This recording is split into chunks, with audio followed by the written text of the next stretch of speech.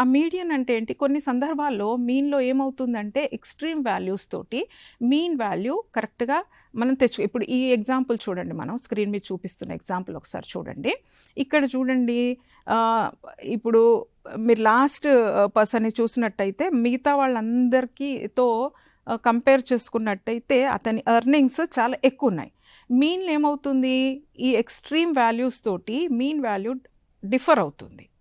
So, అట్లాంటి సందర్భంలో మనం ఏం చేస్తామంటే మీడియాన్‌కి వెళ్తాం. మీడియన్ తీసుకోవడం అంటే మీకు తెలుసు, అసెండింగ్ ఆర్డర్‌లో మొత్తం అరేంజ్ చేసుకొని మిడిల్ మోస్ట్ వాల్యూని మనం తీసుకోవడం జరుగుతుంది.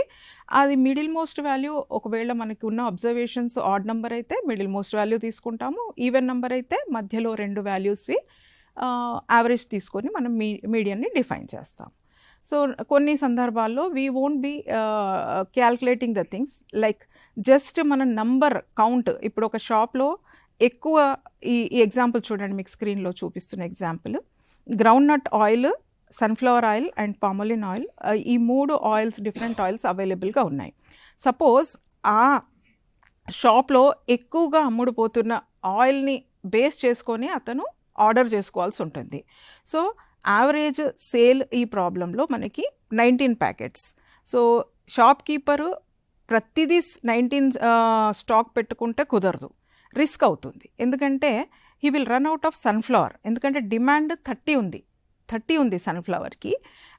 ఏదైతే డిమాండ్ ఎక్కువ ఉందో దానికి సంబంధించిన స్టాకే అతను తెచ్చుకుంటే he will be making profits. So, ఇట్లాంటి సిచ్యువేషన్స్‌లో mode is the most useful measures of central tendency. So, మన mean, median, mode measures of central టెండెన్సీస్‌తో పాటు ఇప్పుడు మనకు కొన్ని సందర్భాల్లో రేంజ్ అవసరం అవుతుంది. So, the range is the difference between the highest and the lowest values. So, ఇక్కడ ఈ ఎగ్జాంపుల్‌లో చూడండి, the highest value is 150 litres and the least value is 95 litres and the range is 55 liters. So, highest value minus the least value.